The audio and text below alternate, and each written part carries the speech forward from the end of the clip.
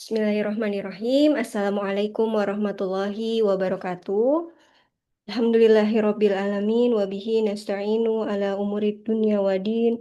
Wassalatu wassalamu ala asrofil anbiya'i wal mursalin wa ala alihi washabbihi ajma'in amma ba'du. Maha suci Allah yang mempertemukan kita semua ibu-ibu di sini. Ada 24 peserta ya, Masya Allah. Ada Ibu Alia, Ibu Amina, Ibu Andria, Bu Anggita, Bu Dian, Bu Faiko, Bu Fajar, Bu Fitri, Bu Habibah, dan teman-teman lain yang tidak bisa saya sebutkan satu persatu. Selamat datang di webinar Parenting Berdua. Perkenalkan, saya Indah Umu Fakihah, fasilitator teman-teman. Insya Allah kurang lebih kita akan 1 jam ya belajar di sini. Kenapa 1 jam? Karena kalau 2 jam nggak efektif. Kalau 1,5 jam nanti materinya kelamaan, nggak bisa banyak diskusi. Jadi insya Allah 1/2 jam waktu kita buat materi, 1/2 jam lagi adalah waktunya untuk diskusi. Siapkan catatannya ya teman-teman. Dan bagi teman-teman yang mungkin nanti pada setelah 1 jam begitu ya nggak bisa ikut bergabung sampai akhir, akan ada rekamannya. Tapi rekamannya syaratnya akan dibagikan lewat ya pesan nanti di komen. Oke, kita mulai ya. Kita mulai dari sekarang, teman-teman. Bismillahirrahmanirrahim. Jangan lupa siapkan catatannya. Nah, sebelum itu, agar kita bisa lebih fokus, saya mau mengingatkan satu hal nih. Jadi, ada Ibu A dan Ibu Z. Ibu A ini punya karakter suka mencatat, beliau suka menyimak, ya. Biasanya juga duduk paling depan. Ini sama nih karakternya dengan Ibu Z juga. Tapi ternyata Ibu Z ini ya akhirnya bisa fokus sampai praktek. Dia bisa em, mulai menanamkan aturan sama anak-anaknya. Setelah ikut webinar ini dia semangat untuk praktek. Kenapa seperti itu? Ya, ternyata dari kesamaannya itu ada 2 hal yang berbeda dari Ibu Z ini setelah diamati. Ibu Z ini ya, dia itu saat webinar suka sharing. Dia nggak bisa diem tuh tangannya, maksudnya ngetik ya. Maksudnya ngetik ya. Dia Iya. kasih komentar apa yang kata Teh Indah omongkan ya. Dia kasih komentar, dia terus di kepala dia terus berputar gitu ya. Ini bener nggak sih yang disampaikan Teh Indah tuh? Kalau misalnya dihubungkan dengan keadaan saya sehari-hari, itu relate nggak gitu. Dan juga banyak bertanya. Karena mungkin pertanyaan akan dibatasi, jadi saya minta teman-teman di sini untuk aktif ya, setidaknya ngetik deh dalam komen. Begitu, siap webinarnya, silakan jawab ya, tolong tulis di kolom komen ya.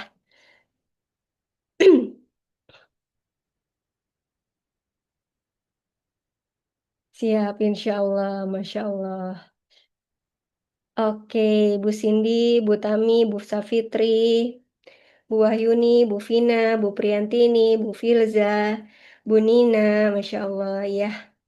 Dan teman-teman, wah langsung nih menyusul, siap, siap, siap, siap. Oke, kita sama-sama ya hari ini jadi Ibu Z yang bersemangat dan juga agar apa? Agar waktu 1 jam itu bisa nantinya fokus ke praktek. Bukan hanya sekedar webinar ke webinar lain, catat, mencatat, itu nggak akan jadi praktek teman-teman. Ya, dan insya Allah ini materinya benar-benar saya sederhanakan, bisa teman-teman langsung praktekkan. Begitu. Oke, ya silakan Bu Habibah. Masya Allah. Nah, sekarang tulis di kolom komen. Nah, ibu-ibu lagi melatih kebiasaan apa nih di rumah? Kalau saya lagi melatih kebiasaan olahraga. Olahraga, intinya memulai kebiasaan olahraga.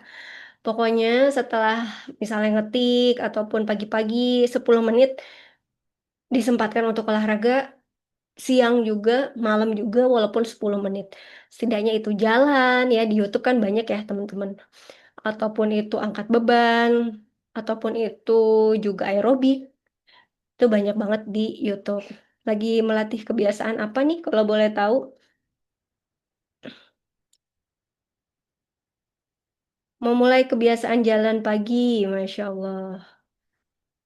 Kebiasaan belajar Arab, Bu Andria, Bu Anggita, disiplin waktu, bahasa, jalan pagi, mengatur pola makan sesuai kebutuhan kalori, ditemani suami yang juga sedang, wah ini ya, namanya buat kebiasaan memang harus bareng-bareng ya, suami istri. Wah keren nih Bu Habibah. Kebiasaan jalan pagi, wah Masya Allah, ya ya, 10 menit aja kebiasaan jalan itu bisa menurunkan kadar gula darah, keren. Bu Fitri, kebiasaan patuh pada peraturan, membersamai Al-Quran, Masya Allah, Bu Alia. Menulis setiap hari, Bu Faiko. Bu Priantini, brain dumping lewat journaling. Wah, Masya Allah, Bu Priantini, apa kabar, Bu? Semoga sehat ya. Bu Cindy membaca, tertib waktu belajar. Bu Nia, kebiasaan baca buku, kebiasaan makan dengan adab makan yang baik, dan ikuti mengerjakan pekerjaan rumah, cuci piring, sendiri bereskan tempat tidur. Masya Allah. Ini buat anak ya. Ada yang ini saya fokusnya ke orang tua dulu gitu. Kebiasaan murojaah setelah subuh, Masya Allah. Bunia, journaling. Keren semuanya ibu-ibu. Dan namanya menetapkan aturan ini kepada anak-anak ya, itu sama seperti kita juga membentuk kebiasaan. Ada yang tadi ya, kebiasaannya bangun pagi, kebiasaannya makan sehat, ada yang kebiasaannya baca buku. Itu semua tidak mudah, seringkali nggak konsisten, gara-gara capek, ataupun gara-gara mager, ataupun sepertinya saya belum bisa teh untuk rutin baca buku, masih merasa kesulitan. Itulah teman-teman tidak mudah untuk membentuk kebiasaan. Begitupun juga dengan anak-anak. Kebiasaan sholat tepat waktu, kebiasaan beresin kamar, kebiasaan tadi ya makan penuh adab, terus juga cuci piring sendiri, itu tidak mudah bagi anak. Maka poin pertama yang teman-teman perlu pelajari adalah teman-teman harus bisa melihat ya aturan ini dari sudut pandang anak bahwa anak-anak kesulitan untuk bisa memulai aturan gitu ya. Kalau kesulitan berarti gimana caranya orang tua bisa memberikan cara-cara yang memudahkan anak-anak. Ngasih aturan itu juga seperti sedang kita ngasih beban ke anak-anak di mana anak-anak belum punya kemampuannya. Tidak seperti kita ya, yang bisa dibilang nih yang namanya di depan nih prefrontal cortex ya teman-teman, di mana otak ini digunakan untuk apa? Untuk menentukan prioritas ya, terus juga untuk melatih kebiasaan, untuk merencanaan, kita udah aktif prefrontal cortex di bagian depan. Sedangkan anak-anak itu baru tumbuh secara utuh nanti di usia 25 tahun.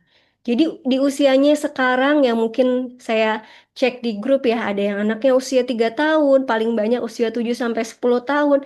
Prefrontal korteksnya masih dalam proses membangun. Jadi nggak salah kalau misalnya setiap dikasih aturan, yang merespon adalah amigdala di bagian bawah ini ya. Bagian amigdala di mana jadinya anak lebih mudah marah gitu. Yang pertama, kita harus paham ya dari sudut pandang anak bahwa yang namanya aturan itu adalah beban, yang namanya aturan itu menyulitkan. Jadi harus banyak berlapang dada, harus banyak legowonya sama anak-anak. Oke, next. Saya hapus dulu ya.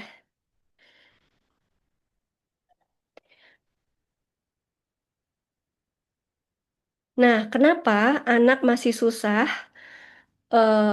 untuk mengikuti aturan? Di masalah ya yang saya lihat masalah di grup webinar, kebanyakan orang tua nggak sabar memberikan aturan. Terus juga anaknya kok nggak ngerti-ngerti sih teh, ini udah dikasih aturan, udah lengkap, ya udah saya bantu, udah dicontohkan, kok nggak ngerti-ngerti. Bisa jadi aturannya teman-teman ini terlalu susah ya, sehingga anak juga susah konsisten. Kita kan ibu-ibu cenderung ingin cepat-cepat ya. Pengen anak itu bisa sholat tepat waktu, pengen juga beres-beres, bisa beres-beres, pengen pulang sekolah taruh sepatu di tempatnya, terus juga taruh tas langsung gitu ya. Pengen anak-anak tuh selalu tertib. Nah, ini masalah ibu-ibu ya sama juga dengan saya. Ternyata ekspektasi-ekspektasi kita yang tinggi sama anak itu belum bisa ya, belum kesampaian di usia-usia anak 7 sampai 10 tahun ya, apalagi di 3 5 tahun. Maka dari itu memang yang pertama adalah kita harus menerima kalau anak-anak ya wajar nggak bisa semua aturan itu bisa dilakukan oleh anak-anak. Itulah kenapa kita penting punya prioritas aturan. Begitu. Kalau saya sendiri dengan suami ya, yang kami rasakan juga sama. Jadi prioritas kami adalah aturan yang utamanya adalah sholat. Sholat tepat waktu, yang kedua adalah beberes. Begitu. Itu untuk melatihnya nggak cukup hanya sebulan, 2 bulan. Perlu banyak waktu sampai saat ini juga masih terus belajar. Tapi alhamdulillah kami lihat perkembangannya ya. Ya, anak-anak sudah mampu untuk bisa sholat tepat waktu asal orang tuanya juga membersamai. Dan di situ adalah medan juang kita, ibu-ibu, membersamai anak-anak, melakukan bersama-sama. Dan itu proses yang panjang. Jadi anak-anak tuh nggak bisa. Mereka sendiri, misalnya sholat ya, masalah sholat ya. Memang wajarnya anak-anak belum bisa. Mereka akhirnya tiba-tiba sholat tepat waktu gitu, belum bisa. Medan juang kita adalah di bagian mengulangi aturannya, gitu. Yang kedua adalah ritme yang gak jelas. Nah, kadang-kadang konsisten, kadang enggak ya. Kadang kita jadi ibu yang tegas, kadang kita kasihan sama anak. Akhirnya eh kasih aturan screen time lama-lama ya itu juga yang membentuk pikiran anak ya akhirnya dia merasa dia bisa membedakan nih kalau sama ayah saya harus tegas kalau sama ibu nggak apa-apa nih saya rewel juga nggak apa-apa nah itu yang terjadi di anak saya yang kedua ya biasanya anak-anak yang punya karakter sensitif begitu itu sangat sensitif juga dengan aturan yang berbeda dari ayah ibu. Semakin ibu nggak konsisten kasih aturan ataupun aturannya terlalu sulit bagi anak, semakin anak kesusahan untuk menjalaninya. Efeknya apa? Efeknya biasanya rewel berkepanjangan. Gitu. Yang ketiga adalah karena motivasi belum tumbuh dari dalam diri anak. Jadi teman-teman coba tempatkan. Kita pengen tadi ya teman-teman contohnya pengen memulai kebiasaan baik.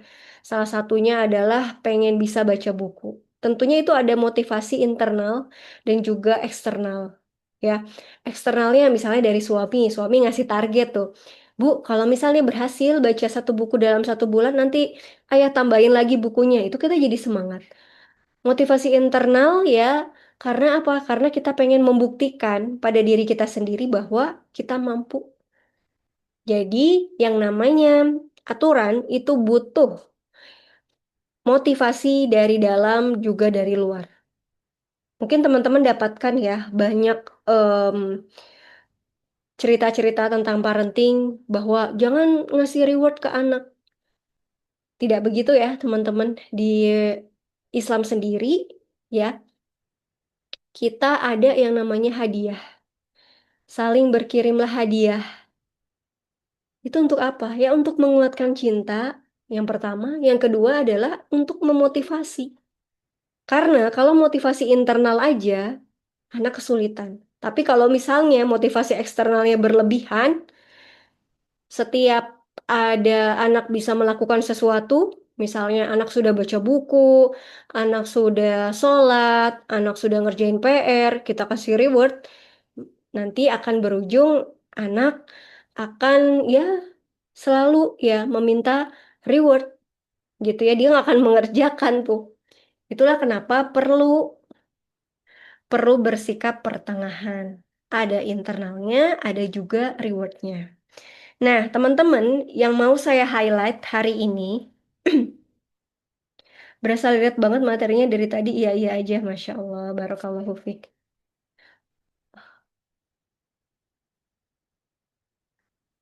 Coba di mungkin sinyalnya kali ya, Bu.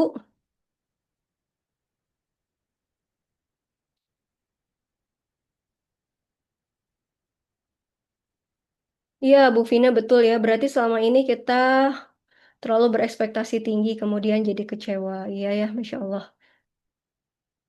Anak 5 tahun, sholatnya mau, sholatnya cepet-cepetan. Oke, nanti saya bahas di bagian sholat ya. Teman-teman, gimana? Apakah terputus-putus ini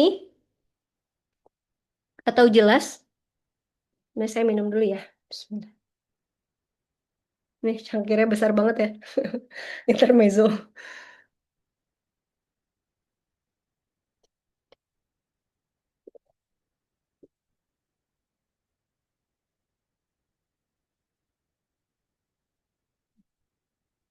Begitu ya, baik. Oke, kita masuk di motivasi. Jadi, karena kita harus menempatkan diri saat kita memulai kebiasaan, biasanya yang sangat berpengaruh adalah masalah motivasi.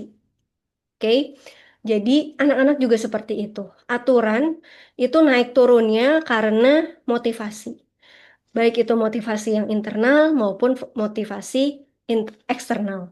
Dan anak-anak nggak bisa tuh ada di bagian eh, motivasi yang bagus terus ya, selalu termotivasi, nggak bisa.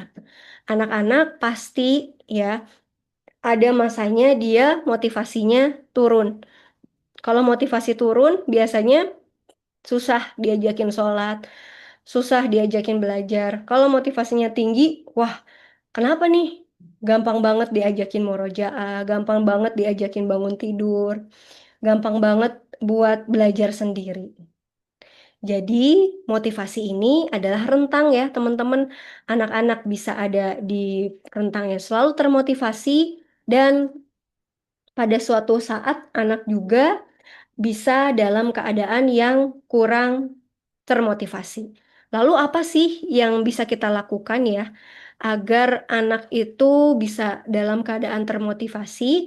Nah, sebentar ini kayaknya ada yang terlewat ya.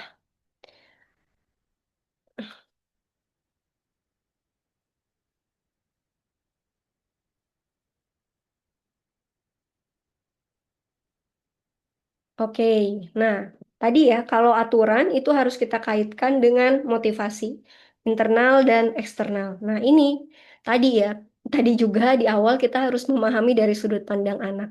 Ada hal-hal yang melemahkan motivasi, ada yang menguatkan motivasi. Selalu ini dicek agar apa? Agar anak bisa dalam rentang yang nggak bisa selalu termotivasi ya, di tengah-tengah, pertengahan. Apa aja yang melemahkan motivasi? Yang pertama, selalu cek tuh, capek nggak belajar. Tadi saya baru buat konten ya, kalau misalnya saat anak pulang sekolah, itu jangan nuntut banyak. Kenapa? Karena anak ada beban yang tidak terlihat, seperti beban pelajaran, terus juga beban mungkin tadi dimarahin guru, ataupun tadi kesulitan untuk berteman, itu adalah beban yang tidak terlihat. Sementara kita pulang sekolah, ya karena punya anggapan bahwa anak saya ini udah diajarin tiap hari pulang sekolah itu harus taruh sepatu, taruh tas sepatu di tempatnya, taruh tas juga di tempatnya, habis itu mandi misalnya ya, terus habis itu murojaah. Walaupun itu aturan sudah sering sekali kita sounding ke anak, tapi tetap ada dalam prosesnya. Kalau anak-anak merasa terbebani, dia nggak bisa. Dia nggak bisa melakukan aturan itu. Kenapa? Karena motivasinya lagi lemah, karena ada beban-beban ini. Bisa jadi karena baru dimarahin orang tua, dimarahin guru. Bisa jadi karena anak tuh udah punya mindset, ibu ini adalah yang selalu punya banyak aturan. Itu melemahkan motivasi anak. Jadi anak melakukan sesuatu itu karena takut. Lalu yang menguatkan motivasi apa? Yang menguatkan motivasi adalah tidur. Perhatikan tidurnya anak. Kalau tidurnya cukup, biasanya anak-anak juga akan mudah mengikuti aturan. Apalagi bagi anak-anak yang sensitif, tidur ini harus kita penuhi kebutuhannya. Karena kenapa saya sering ngomongin kata sensitif? Karena anak saya juga sensitif. Jadi saya observasi kalau misalnya tidurnya kurang, biasanya dia gampang cranky dan rewel. Kemudian ucapan positif, ya, pelukan, ini akan menguatkan motivasi anak tanpa disadari. Hiburan smartphone boleh ya kita berikan pada anak asal tidak berlebihan. Ini juga yang menguatkan anak ya, motivasi eksternal. Kenapa mau murojaah? Karena habis murojaah anak pengen nonton. Boleh asal tidak berlebihan. Oke, clear ya. Jadi kenapa anak belum bisa mengikuti aturan kita? Karena belum bisa konsisten mengikuti aturan, bisa jadi karena tadi motivasinya naik turun, kadang tinggi, kadang rendah. Yang perlu kita pastikan adalah kalau anak lagi nggak mau ngikutin aturan, periksa lagi. Apakah kita ada di ranah yang menguatkan motivasi anak atau ternyata ada anak-anak sedang mengalami ini nih, motivasinya sedang lemah. Nah, lalu gimana caranya? Kita langsung nih ya, teman-teman, biar lebih banyak diskusi. Gimana caranya agar anak konsisten aturan? Ya, jadi caranya ada 5. Yang pertama adalah, ini yang jarang dibahas biasanya ya. Yang pertama adalah family meeting. Family meeting atau rapat keluarga. Karena di sini mayoritas anak-anaknya usia 7 sampai 10 tahun sudah bisa dilakukan rapat keluarga. Kenapa anak belum paham aturan? Ya, bisa jadi karena anak belum ngerti ini aturan harus saya jalankan. Itu aja, teman-teman. Maka dari itu harus sering yang namanya rapat keluarga. Rapat keluarga ini dilakukan 1 kali seminggu. Boleh saat makan malam ya, terus juga boleh misalnya saat sedang santai gitu di hari Sabtu. Yuk sini sebentar, merapat sebentar. Nah, dipimpinnya oleh siapa? Syarat aturan itu bisa dicapai, bisa konsisten, harus ayah. Ya, atau boleh bergantian dengan ibu. Kalau misalnya ayah, biasanya akan lebih kuat aturannya. Gitu. Bahas aturan bersama, ya kalau kami sendiri selalu menguatkan itu dulu ya. Karena memang pengen ngasih banyak aturan ke anak, tapi selalu mulai dari sholat. Kak, inget ya, sholatnya tepat waktu, beres-beres. Itu terus selama sebulan ada mungkin yang disonding itu, terus juga dievaluasi. Alhamdulillah minggu ini sholatnya sudah tepat waktu, tapi kadang-kadang masih ada ya yang bolong-bolong kalau misalnya waktu sholat sendiri, misalnya gitu ya. Kemudian anak-anak dilibatkan. Kak, kalau sholat biar mudah pengennya apa? Dulu anak saya bilang, Bu, males kalau misalnya sholat itu mukenanya harus digantung. Itu bikin anak ribet ya. Sama seperti membentuk kebiasaan, maka kita harus sederhana, sesederhana mungkin. Itu di yang kedua, di conditioning. Nah, ini juga teman-teman yang perlu dikuatkan. Metode pengkondisian di mana aturan itu wajib dibuat sederhana. Gitu. Intinya pengkondisian di rumah di mana aturan ini bisa lebih mudah dijalankan. Tadi kan anak saya bilang kalau misalnya dia merasa ribet karena sholat itu mukenanya harus selalu digantung. Maka yang kami lakukan adalah memindahkan, nggak pakai lagi digantung tapi ditaruh di box. Jadi saat sholat tinggal buka mukenanya dari situ. Sama yang kedua adalah anak saya minta setiap sholat sejadahnya disiapkan, Bu. Itu juga hal yang bisa memudahkan anak-anak. Terus misalnya masalah gosok gigi. Tentunya itu biasanya salah satu keribetan kita ya, teman-teman, masalah gosok gigi. Cara dipermudahnya apa? Misalnya kita siapin odol dan juga sikat giginya tuh udah kita siapin. Itu juga conditioning, ya, pengkondisian di rumah yang memudahkan. Apalagi misalnya masalah beres-beres. Bisa jadi anak-anak, misalnya beresin kamar ya teman-teman. Kenapa anak masih susah beresin kamar? Karena ribet yang diberesinnya. Harus dari kasurnya, harus bantalnya, belum juga harus disapu ya pakai pakai sapu lidi gitu. Disederhanakan lagi aturannya. Oke, yang penting anak saya itu bisa untuk menyusun bantal dulu gitu. Ataupun kenapa anak susah? karena kondisi ruangannya itu penuh dengan barang. Nah, penuh dengan barang, akhirnya kesulitan. Bantalnya banyak banget. Terus juga banyak pernak-pernik di kasur gitu ya. Itu bikin susah anak-anak. Intinya dibuat sederhana. Misalnya, dimulai sederhana dan juga dimulai dari yang mudah ya. Misalnya pulang sekolah, begitu. Pulang sekolah aturannya kan banyak tuh ya biasanya. Taruh sepatu, taruh tas ya. Terus juga misalnya cuci tangan ke kamar mandi, cuci kaki, itu kan banyak. Mulai dulu yang gampang, yang mudah satu persatu. Misalnya masalah sepatu, kita lihat nih kondisinya. Kalau dimasukin ke rak sepatu, itu anak akan kesulitan. Oke, jadi yang penting adalah kos kaki masuk ke dalam sepatunya, gitu. Itu yang dipermudahnya dari situ dulu. Terus yang kedua, tas. Tas kalau bisa sudah ada tempatnya di mana. Bisa jadi anak kesulitan untuk mengikuti aturan itu karena apa? Ibu bilang tasnya ditaruh, disimpan di tempatnya. Tempatnya di mana? Nggak spesifik gitu. Lalu apa yang bisa dilakukan bersama? Ya, ini cara-cara tradisional ya, checklist. Checklist untuk ibu-ibu yang rajin, silahkan, boleh. Kalau saya sendiri, karena itu ribet bagi saya dan juga bagi anak-anak, ini udah nggak kita pakai lagi checklist. Sekarang yang saya lakukan adalah pakai papan pengumuman aja, gitu, pakai papan pengumuman dan tulis apa aja aturannya. Aturannya misalnya minggu ini sholat tepat waktu, terus juga beres-beres kamar. Dah, dua aja cukup gitu. Sambil diingetin terus ini nggak usah di checklist-checklist karena itu saya nggak bisa konsisten, anak-anak juga nggak bisa konsisten. Yang kedua, pakai timer. Ini kitchen timer ya. Bisa beli di Shopee nih teman-teman. 9 ribuan nih. Buat apa?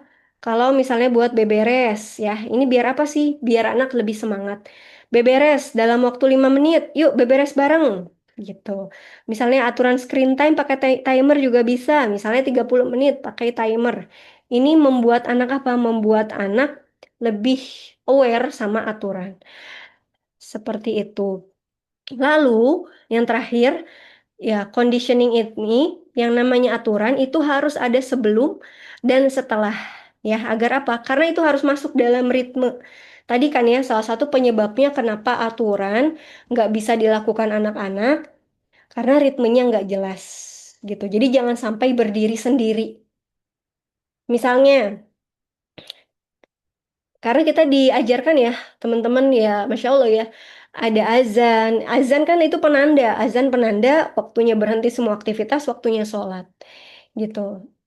Kemudian misalnya saat pulang sekolah ya, eh, jangan pulang sekolah deh. Misalnya screen time. Screen time itu boleh asal tugas sekolah, murojaahnya sudah. Gitu. Cemilan boleh asal sudah makan makanan utama. Gitu. Jadi ada before dan juga after.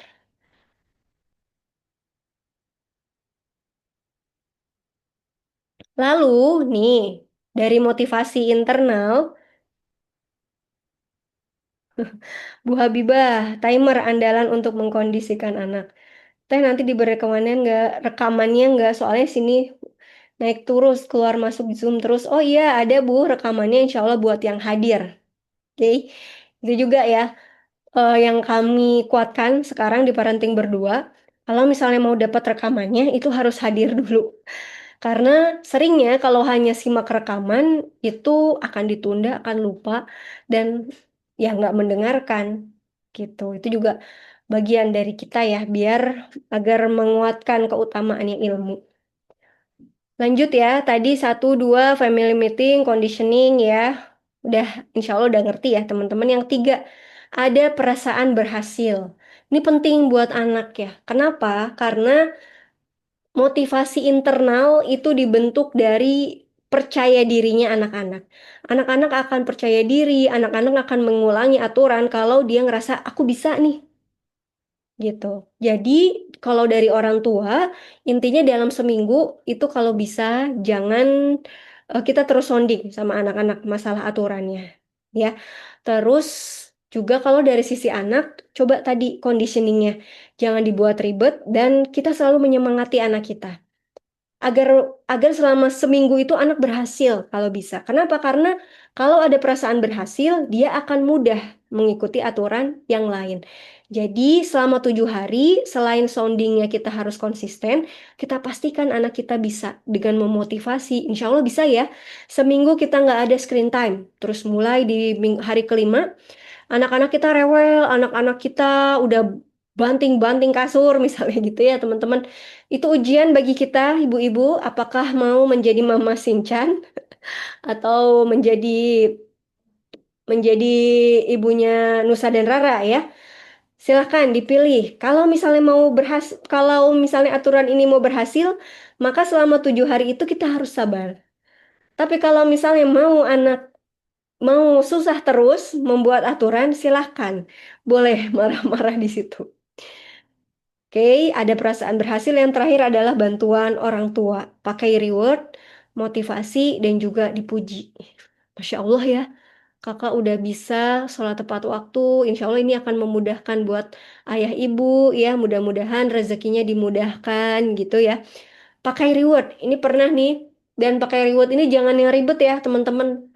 Pernah waktu itu ada yang bertanya sama saya, Teh, kalau misalnya saya menetapkan aturan, jadi setiap ngasih aturan sama anak itu mereka dapat 1.000. Beresin mainan dapat 1.000, terus nyuci piring dapat 1.000, terus misalnya ngelap ngelap meja dapat 1.000. Balik lagi, kalau ribet bagi kita, kitanya akan kesulitan, beban bagi kita juga. Tapi tadi, kalau kelebihan rewardnya, kita kan harus di pertengahan ya. Kebanyakan rewardnya itu anak-anak akan menganggap bahwa segala sesuatu itu adalah cuan, itu adalah uang ya teman-teman. Jadi mindset mereka akan kalau misalnya aku melakukan kebaikan, aku harus selalu dapatkan uang gitu. Jadi baiknya adalah di pertengahan, baiknya adalah di hal-hal yang susah aja reward itu begitu. Dan sebelum ke hal yang terakhir yang penting, ini saya mau menginfokan, insya Allah di bulan Oktober nanti dimulai dari tanggal 3 ya, selama sebulan, kita ada kelas intensif di Bimbel Kemas, bimbingan belajar online untuk orang tua Muslim, di mana program 1 bulan belajar parenting praktis ini. Kelas ini adalah kelas yang sudah bisa dibilang matang banget ya teman-teman, karena ini kelasnya udah lama, jadi kita sudah tahu gitu ya gimana sih cara belajarnya ibu-ibu, bapak-bapak, terus juga materi-materi yang memang kami godok, di mana ada 8 materi inti ya, yang memang penting, krusial dibentuk agar anak bisa menjadi anak yang soleh insya Allah. Selalu dimulai dari eh, materi manajemen energi orang tua, begitu.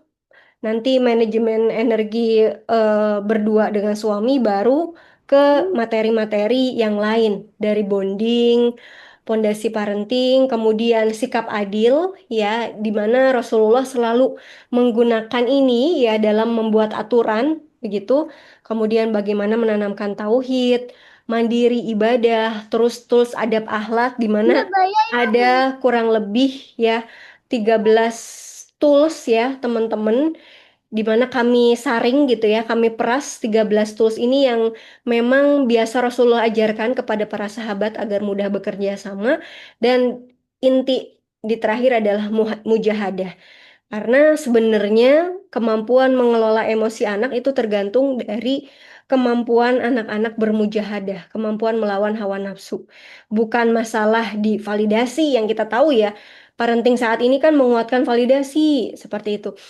Bukan, tapi ada di skill mujahadah, insya Allah selama dalam sebulan itu, di seminggu itu ada 2 kali pertemuan, dan insya Allah kita fokus praktek di sini. Jadi setiap minggu itu ada tantangannya, dan waktunya juga hanya sejam seperti sekarang ini. Kenapa? Karena konsentrasinya orang tua itu biasanya hanya sejam, ya. Kita akan lebih banyak diskusi lagi. Seperti itu. Nanti info diskonnya Silahkan cek di grup ya, teman-teman. Insya Allah ada diskon khusus buat teman-teman yang telah mengikuti webinar hari ini. Oke, yang terakhir, Udah, kapan saya Fak? mau mengulang dulu nih. Tadi apa aja, gimana cara agar konsisten aturan? Ada dua, boleh tulis di kolom chat. Apa, yo, tadi sudah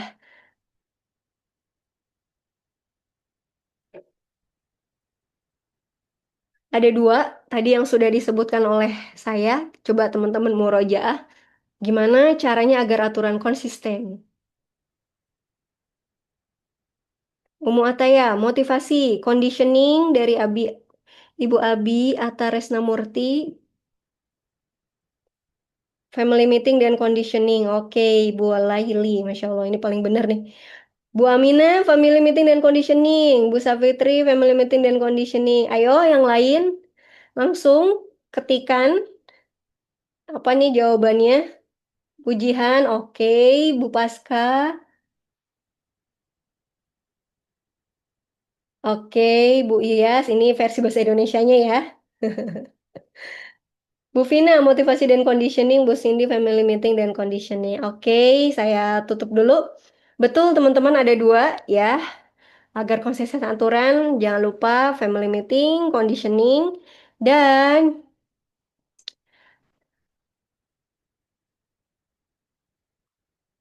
yang terakhir adalah pengulangan, repetisi bahasa kerennya ya.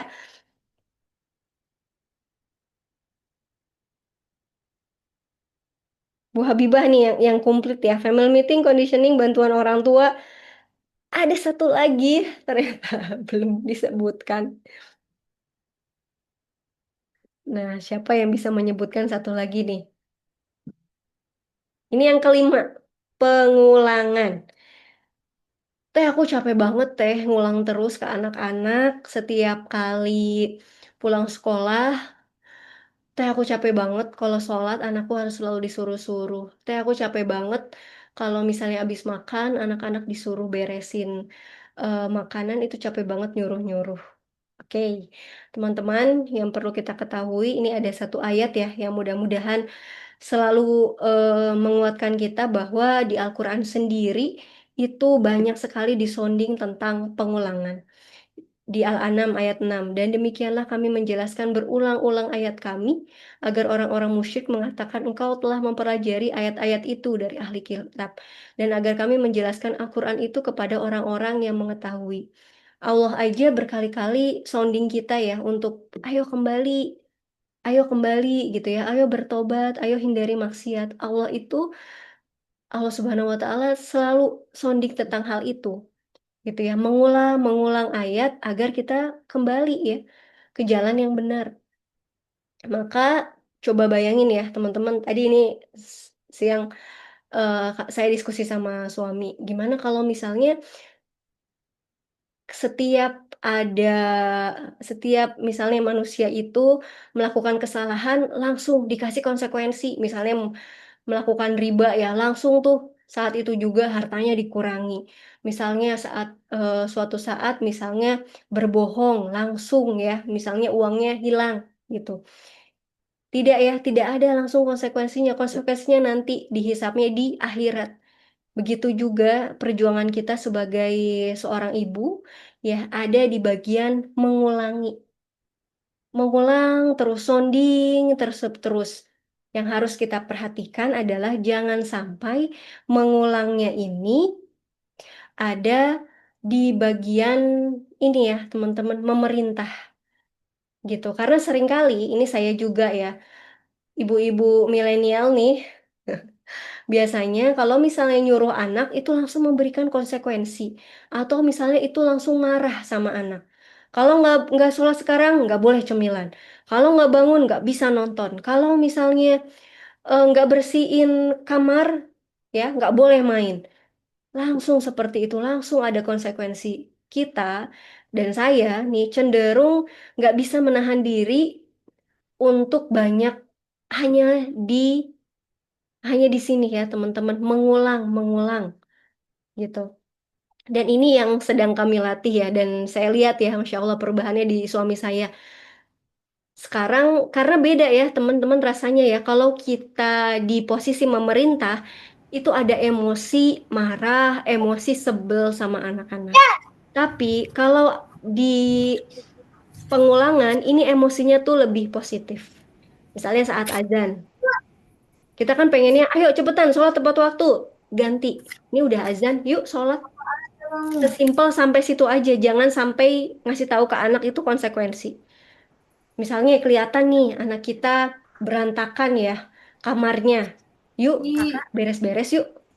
kemarin ngasih ke Ya, tuh segitu aja. ini Jangan enggak. langsung di konsekuensi.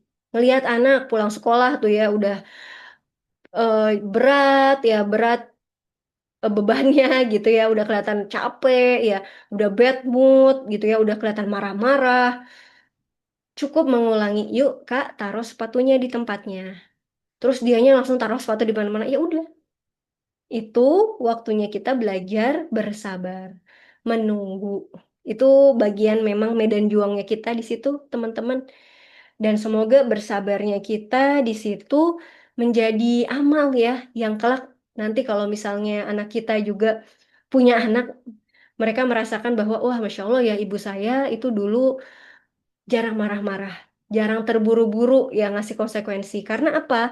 Setiap kita bermudah-mudahan kasih konsekuensi, kasih emosi di cara kita mengulang, anak-anak malah akan kesulitan buat memahami aturan. Gitu. Di kepala mereka, mereka kenalnya ibu yang selalu kasih aturan. Gitu.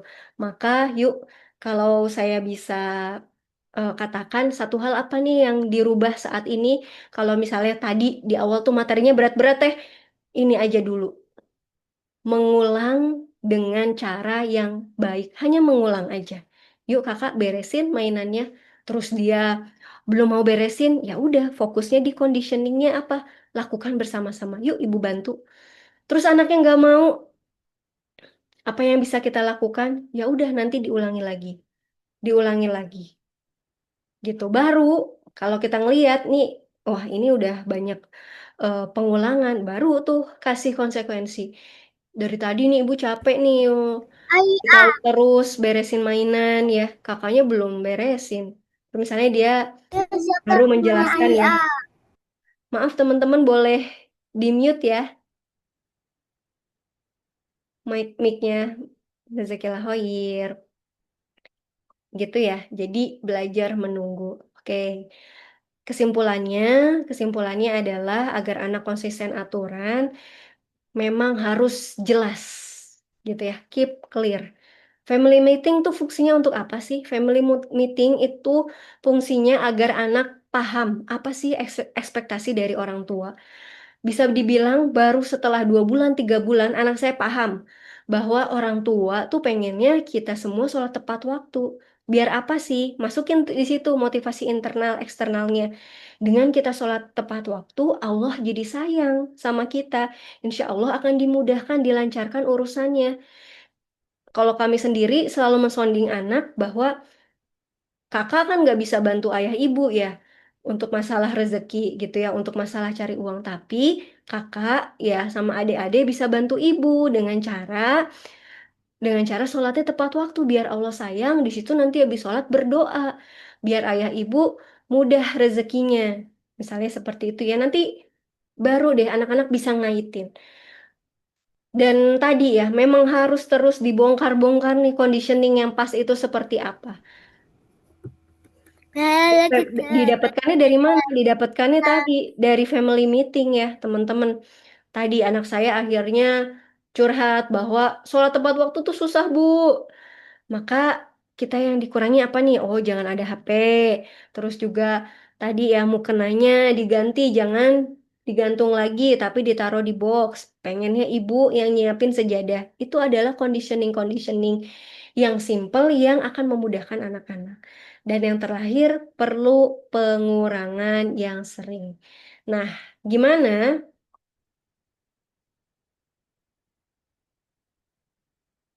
Nah, gimana kalau misalnya sampai saat ini anak belum bisa taat aturan? Ada 3 caranya. Yang pertama adalah decluttering aturannya atau dikurangi aturannya. Bisa jadi ya karena kitanya perfeksionis ya pengen anak saya udah usianya 10 tahun teh harusnya dia udah bisa tuh beres-beres, sholat, terus juga bantu ayah ibunya tanpa disuruh. Bisa jadi itu terlalu berat bagi mereka. Dimulai dari yang mudah dulu. Gitu ya, dikurangi aturannya, fokus sama yang inti tadi. Fokus sama sholat dulu. Fokus sama beberes dulu misalnya. Terus perhatikan beban anak.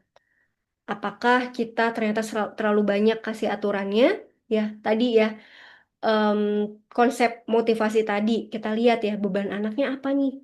Bisa jadi karena terlalu banyak aturan, bisa jadi karena terlalu banyak screen time-nya, ya. Ini kalau misalnya terlalu banyak screen time-nya, maka dikurangi gadgetnya. Itu memang ada korelasi ya, teman-teman. Aturan dan screen time itu semakin banyak screen time-nya, semakin anak susah ngikutin aturannya. Apalagi anak-anaknya dikasih YouTube Short. Bermudah-mudahan kita ngasih YouTube Short, teman-teman.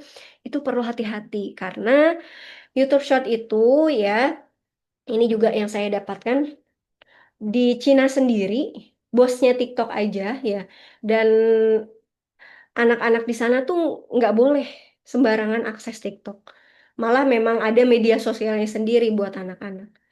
Gitu. Kenapa? Karena YouTube Short ini ya, ataupun segala yang sifatnya cepat ya, video-video pendek ini sangat mengganggu fokus, mengganggu kemampuan regulasinya anak-anak sehingga mereka akan kesulitan untuk mengikuti aturan. Jadi perhatikan itu. Terus juga bisa jadi karena kurang bonding. Itu juga yang kami evaluasi ya. Kalau misalnya terlalu sibuk ya, kitanya biasanya kita gampang ngasih aturan-aturan, banyakin aturan. Dievaluasi lagi, bisa jadi minggu ini, wah kurang mainnya sama anak, kurang mendengarkan anak, gitu. Itu biasanya anak belum susah untuk taat aturan. Lalu apa? Terlalu banyak main sama temen juga itu juga bisa jadi jembatan anak-anak susah taat aturan. Seperti itu, teman-teman. Ya, ini tadi kita sudah bahas. Masih ada waktu nih, kurang lebih saya kasih 15 menit lah ya untuk bahas pertanyaan dari teman-teman.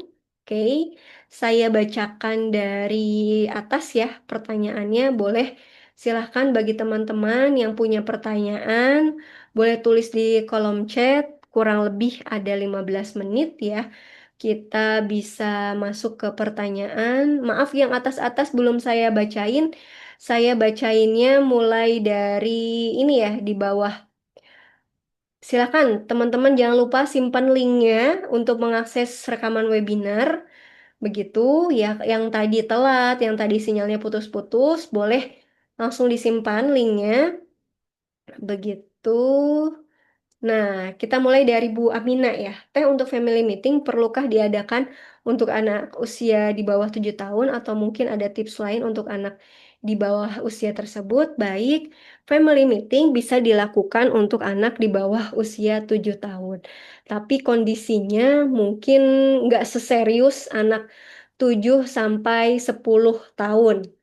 Ya, yang penting adalah ada waktu bareng ya dengan ayah ya, ayah, ibu gitu sambil ngobrol bareng misalnya sambil makan cemilan, sampaikan begitu. Kakak mulai sekarang makannya sendiri, nggak disuapin ibu dengan bahasa yang sederhana ya. Makan sendiri nggak disuapin ibu. Begitu. Jadi ada kalau untuk di bawah 7 tahun itu adalah family meeting, ada sounding. Setelah rapat keluarga, besok paginya kita sounding ke anak karena semakin rendah usia anak tentunya banyak yang harus kita ulangi aturannya gitu. Dan kalau di bawah 7 tahun itu anak-anak paling karena belum bisa ya kuat tentang sebab akibatnya. Kenapa sih seseorang itu bisa menaati aturan? Karena dia ngerti ya apa sih akibatnya kalau saya nggak sholat?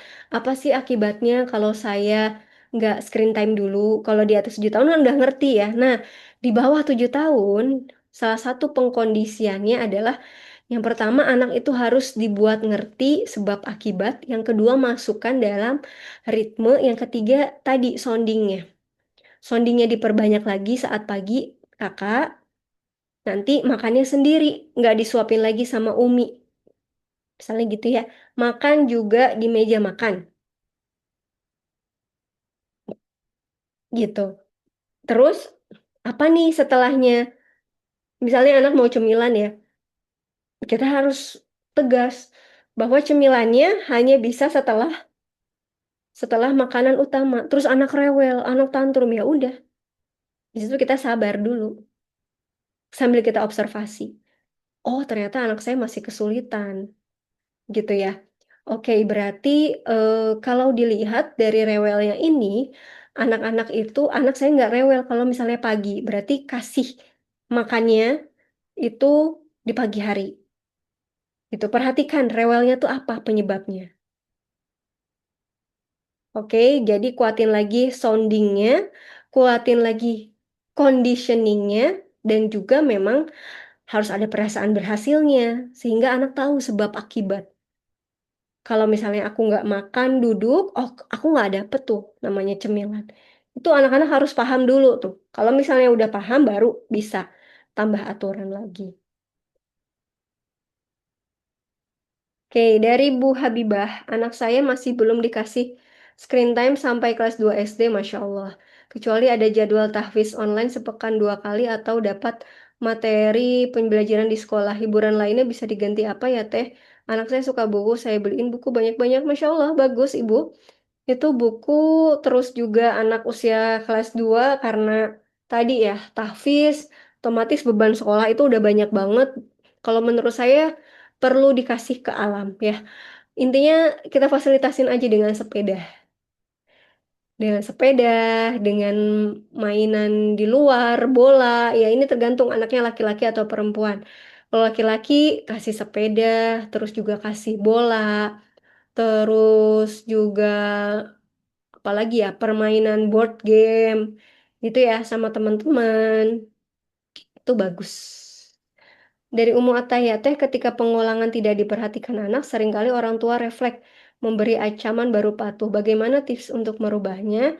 Tips untuk merubahnya adalah di family meeting, ya, dikuatin lagi family meetingnya mulai dari situ.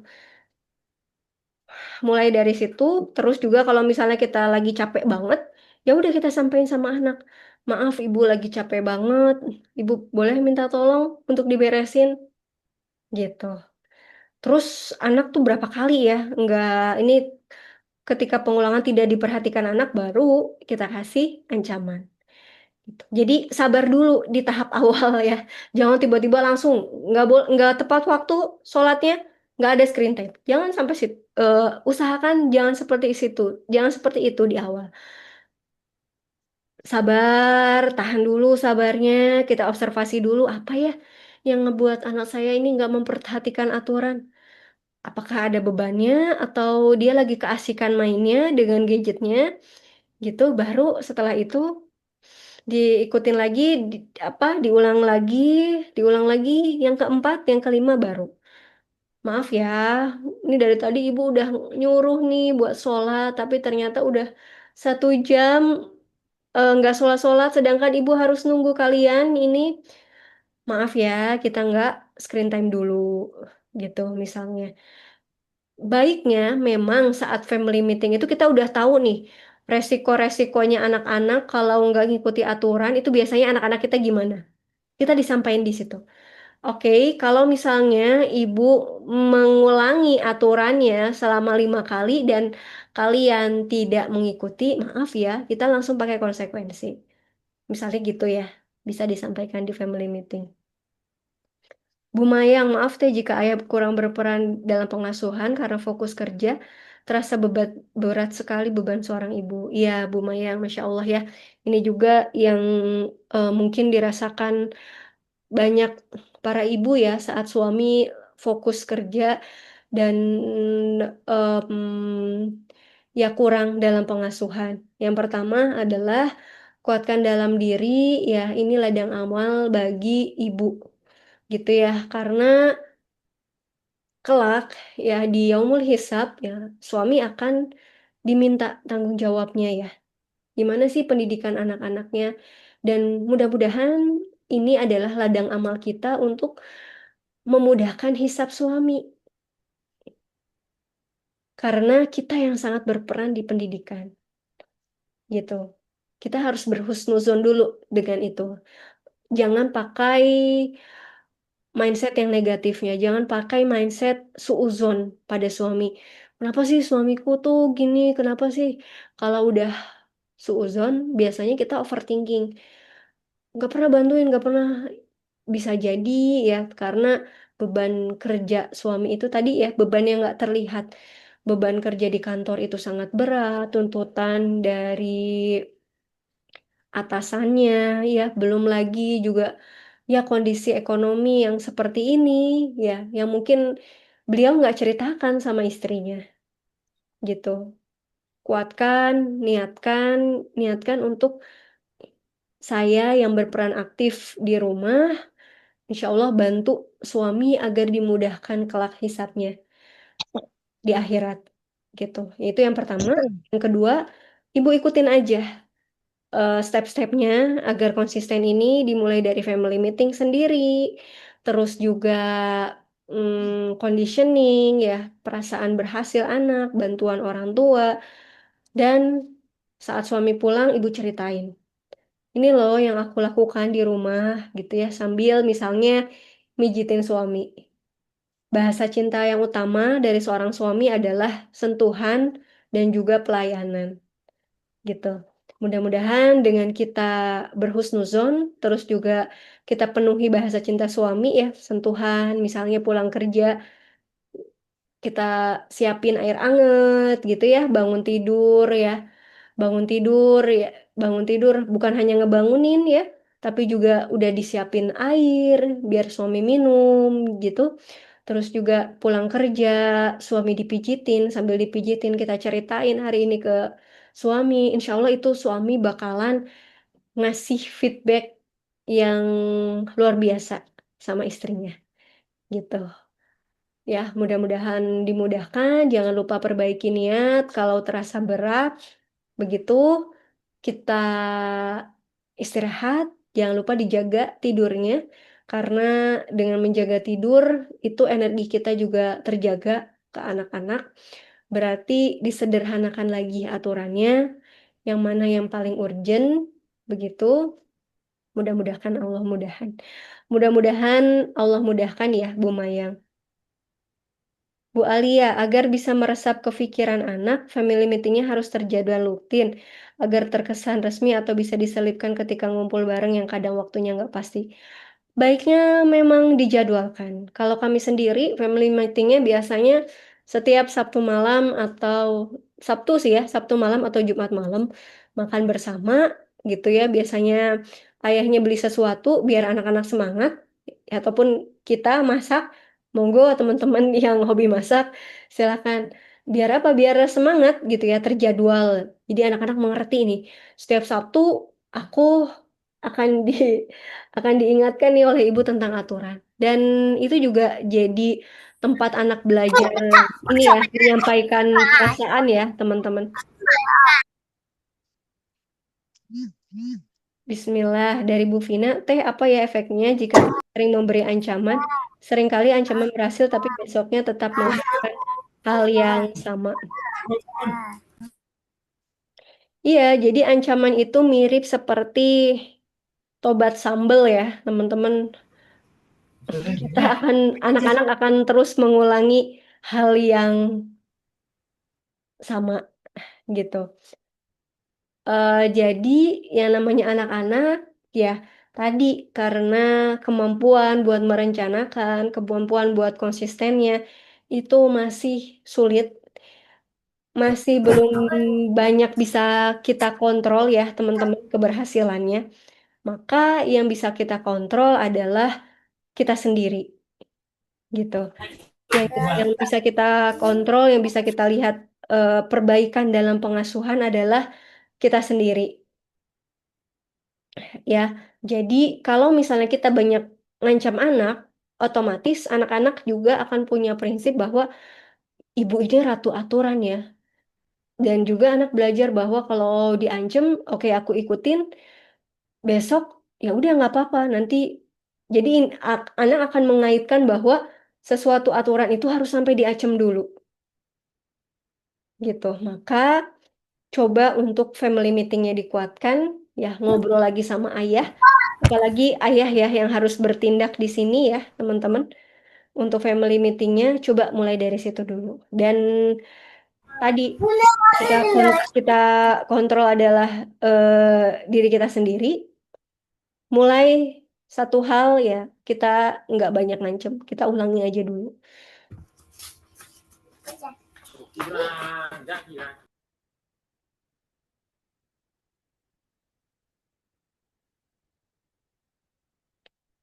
Dari Abi Atar Resnamurti, Assalamualaikum Teh.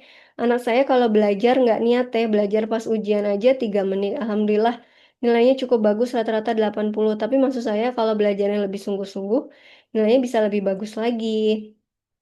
Tapi sepertinya anak nggak ada beban dengan nilai yang diterima santai. Saya tidak marah kalau nilai nggak maksimal. Saya sudah kasih reward dan konsekuensi, tapi tetap anak belajarnya santai. Anak saya rewardnya mau, tapi usahanya kurang. Oke, ini berarti masalahnya di motivasi ya.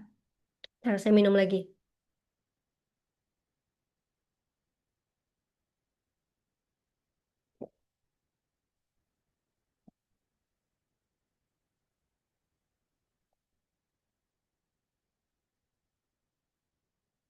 Ini anak masalahnya di motivasi ya.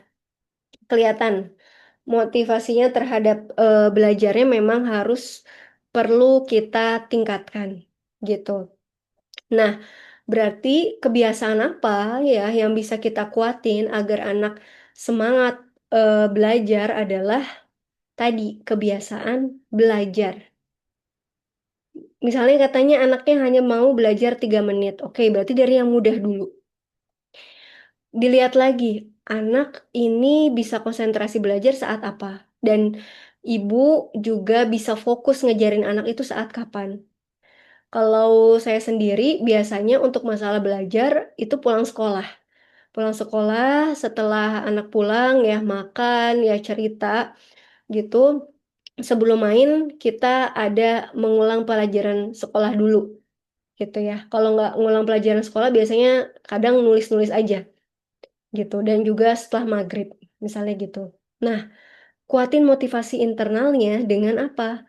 Dengan cara coba ya ibu em, lihat lagi, buka buku pelajarannya gitu ya, buka buku pelajarannya.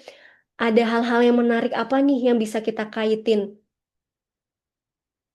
Nah, kalau saya sendiri biasanya em, kalau misalnya anak ada PR ya, pulang sekolah gitu ada PR. Tentang ini kan anak saya kelas 4 lagi suka tentang lagi belajar tentang peta, lagi belajar tentang kecamatan, kabupaten. Nah, di situ buka atlas. Gitu ya. Jadi kita hubungkan antara pelajaran di sekolah dengan apa nih fasilitas yang bisa kita kuatkan buat anak. Agar apa motivasinya tumbuh gitu. Sebelumnya kita sampaikan dulu di family meeting. Bareng bahas sama ayahnya. Kak, ya sampaikan ya apa keinginan kita. Ibu pengen sekali ngeliat kakak semangat belajarnya. Belajarnya bukan hanya pas ujian aja, tapi belajar tiap hari hanya 10 menit gitu ya. Hanya 10 menit ataupun mungkin kalau nggak dari pelajaran, intinya kita kuatin dulu nih motivasi internalnya anak.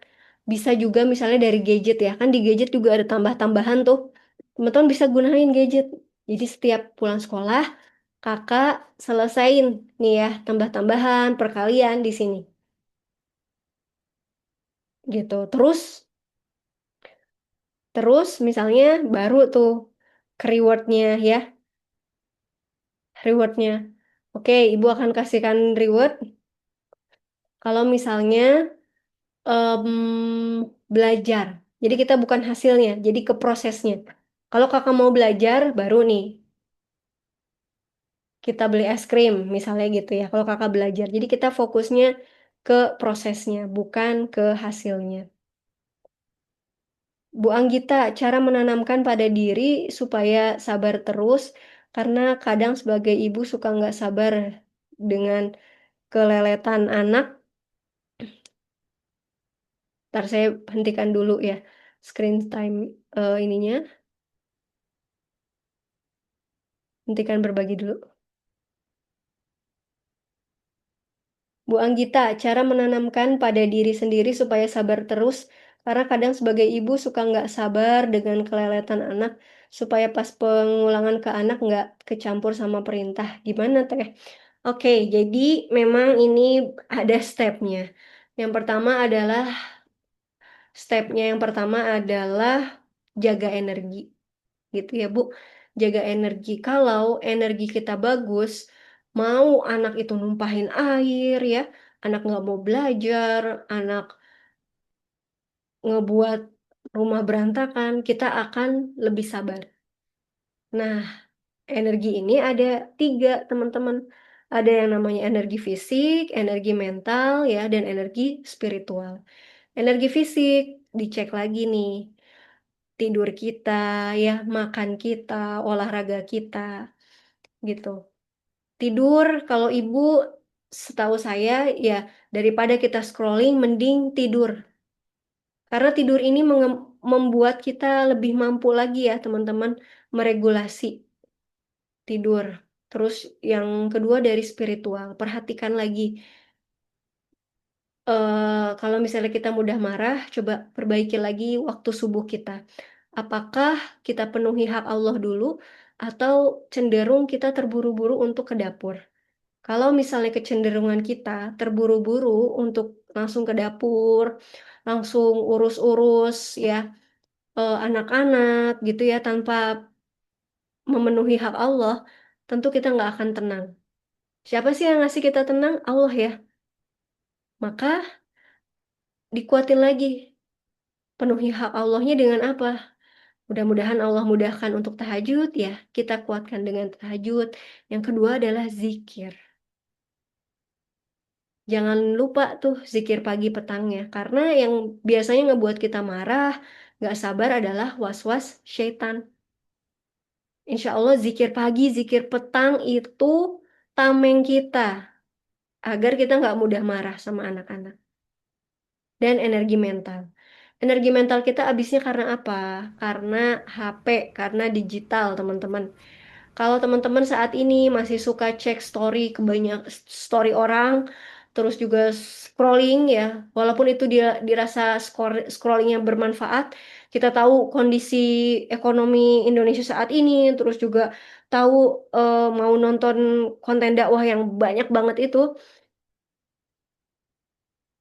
semakin banyak informasi, semakin susah kita untuk meregulasi emosi kita, karena sejatinya ya, kalau misalnya pikiran ini terlalu banyak informasi gitu ya, kita juga akan kesulitan untuk bisa tenang, untuk bisa mindful sama anak-anak. Jadi batasi ya gadgetnya, itu di pencegahan gitu. Kalau menurut saya, kalau kita kuat di situ, insya Allah juga nggak akan banyak ya ke anak-anak, nggak akan banyak marah-marahnya. Lalu keleletan anak-anak, ya itu nggak bisa dipungkiri ya. Anak-anak itu lelet, fokusnya adalah melakukan bersama-sama gitu. Di bagian conditioningnya dikuatin itu Bu. Misalnya pagi-pagi ini ya, pagi-pagi anak lelet, kita minta buat nyiapin makanan ya, makanan, minumnya minta ayo Kak mandi, misalnya gitu ya, tentang mandi deh. Mandi terus ganti baju. Nah, yang bisa kita lakukan bersama-sama adalah siapin anduknya. Ini ibu udah siapin anduk ya, silahkan. Kita giring anaknya gitu. Itu kan bagian dari kita berproses bersama bareng anak-anak ya untuk masalah leletnya. Misalnya masalah siapin makanan, kakak siapin minumnya, ibu siapin bekalnya gitu. Keleletan anak-anak apalagi diatasinya dengan timer. gitu dengan timer atau dengan kitanya juga lebih proaktif. Yuk, ibu beresin ini, kamu beresin itu. Itu biasanya anak-anak langsung semangat tuh. Atau misalnya kita kasih reward. Oke, kalau misalnya udah selesai, nanti sama-sama nih, ibu bikinin cemilan ini. Ya, seperti itu. Bu Fajar, terakhir ya dari Bu Fajar, ini banyak banget pertanyaannya, Masya Allah. Boleh teman-teman nanti yang pertanyaannya nggak bisa saya jawab di webinar ini, boleh ya. Silahkan untuk bertanya di grup. Dari Bu Fajar, saya ada aturan jam tidur malam minimal jam 20, maksimal jam 21. Tapi saya mau nerapin jam 20 udah masuk kamar biar kuota tidur terpenuhi, tapi masih kelewat jam 20.30 baru masuk. Gimana ya, Teh? Kunci tidur itu ada di persiapan. Maksudnya gimana? Berarti ya jam 7 itu kalau mau tidurnya jam 8, udah jangan banyak lagi aturan. Misalnya Em, ya jam 7 itu udah close lah ya, udah close masalah sikat gigi ya, masalah sholatnya ya, begitu. Atulah jam 7.15 lah. Jadi setengah jam, jam setengah 8 itu udah masuk kamar. Gitu kalau misalnya mau jam 8 tidur.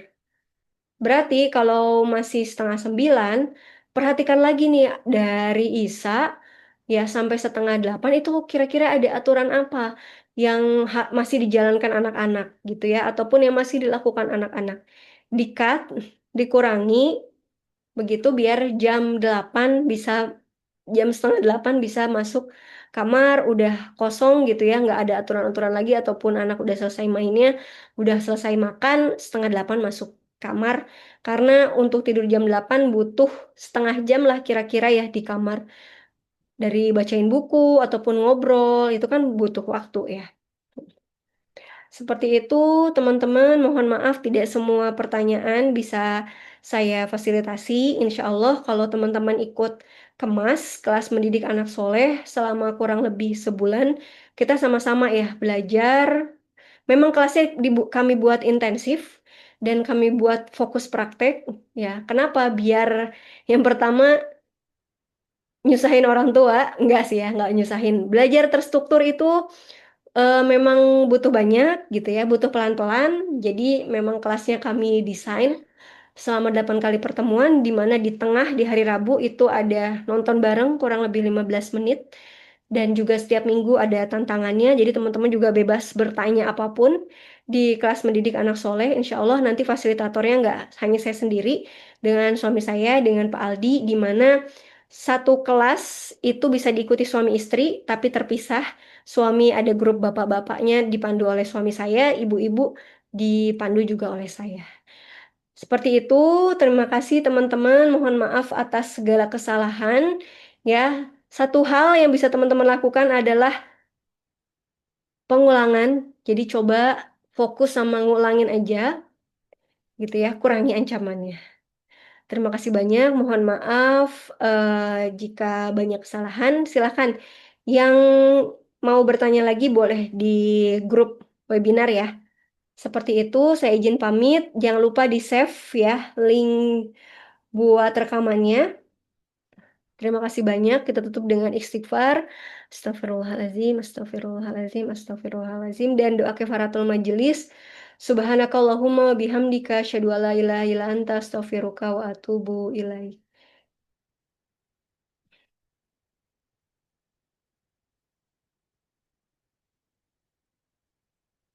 Saya baca dulu nih materi-materi pertanyaan-pertanyaannya ya. Nanti ini pertanyaan yang sudah masuk di chat, nanti coba saya jawab ya buat di grup ya. Mm-mm. Linknya silahkan dilihat di chat di atas ya Bu. Nih saya masih kasih kesempatan buat lihat linknya.